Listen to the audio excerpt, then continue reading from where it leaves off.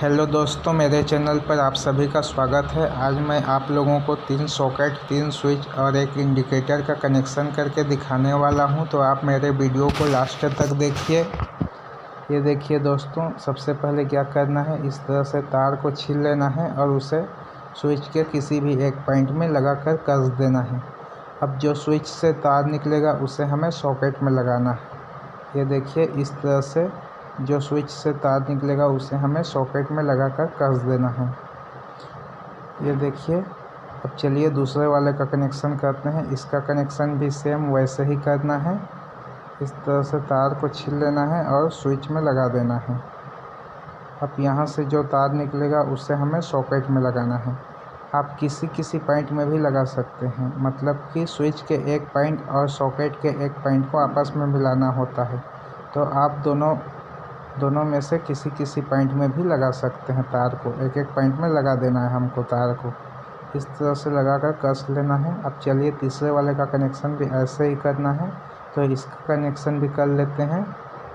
ये देखिए, इस तरह से तार को लगाकर कस लेना है। अच्छे से कसना है, लूज नहीं रखना है।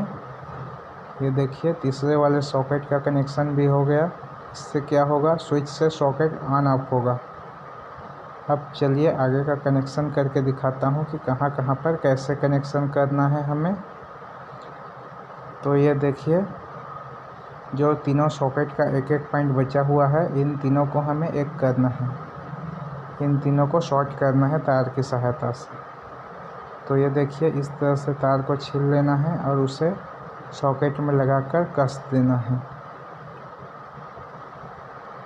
ये देखिए, इस तरह से तार को लगा देना है और जो पहले वाले से तार निकलेगा उसे दूसरे वाले में लगा देंगे और जो दूसरे वाले से तार निकलेगा उसे हम तीसरे वाले में लगा देंगे। ये देखिए, इस तरह से लगा देना है। तार को छीलकर कस लेना है हमें। अब जो यहाँ से तार निकलेगा उसे हमें तीसरे वाले में लगाना है और जो तीसरे वाले सॉकेट से तार निकलेगा उसे हमें इंडिकेटर के किसी भी एक पॉइंट में लगाना है। इस तरह से तार को काट लेना है और छील लेना है हमें और दोनों तार को लपेटकर सॉकेट में लगा देना है। ये देखिए, इस तरह से लगा देना है। तार को अच्छे से लगाना है, लूज नहीं रखना है, क्योंकि लूज रखने से क्या होता है, स्विच और सॉकेट ख़राब हो जाता है। तो लूज नहीं रखना है, हमें अच्छे से कसना है।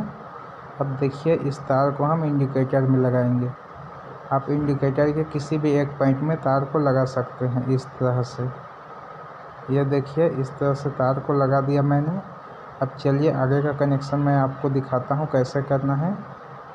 जो स्विच का एक पॉइंट बचा हुआ है, इन तीनों को हमें एक करना है। ये देखिए, पहले वाले स्विच में तार को लगा दिया मैंने। अब जो पहले वाले स्विच से तार निकलेगा उसे हमें दूसरे वाले स्विच में लगाना है और दूसरे वाले स्विच से जो तार निकलेगा उसे हमें तीसरे वाले स्विच में लगाना है। इस तरह से तार को काट के छील लेना है और उसे लगाकर कस देना है। ये देखिए, अब इसे हम तीसरे वाले स्विच में लगाएंगे और तीसरे वाले स्विच से जो तार निकलेगा उसे हमें इंडिकेटर के बचे हुए पॉइंट में लगाना है। ये देखिए, इस तरह से छील के तार को लगा देना है और अच्छे से कस लेना है। अब इस तार को हम इंडिकेटर में लगाएंगे, तो इसे हम इंडिकेटर के बचे हुए पॉइंट में लगा देते हैं इस तरह से। ये देखिए, हमारा बोर्ड वायरिंग हो गया कंप्लीट। अब चलिए इसमें सप्लाई कहाँ आएगा वो मैं आपको दिखाता हूँ। ये देखिए, इंडिकेटर के दोनों पॉइंट में हमें सप्लाई देना है। तो जो सॉकेट के साथ लगा हुआ है उस वाले पॉइंट में हमें न्यूट्रल सप्लाई देना है। तो यहाँ पे मैं न्यूट्रल सप्लाई दे रहा हूँ। ये देखिए, इस तरह से तार को लगा के कस लेना है।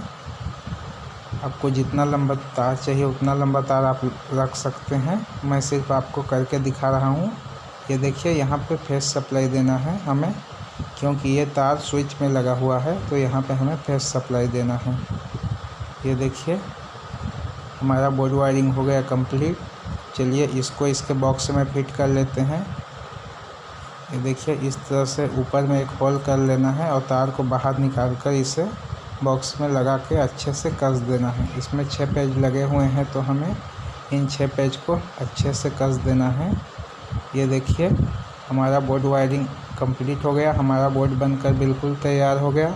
अगर मेरा ये वीडियो आप लोगों को अच्छा लगा तो वीडियो को लाइक कीजिए, चैनल को सब्सक्राइब कीजिए और अपने दोस्तों में शेयर कीजिए। धन्यवाद।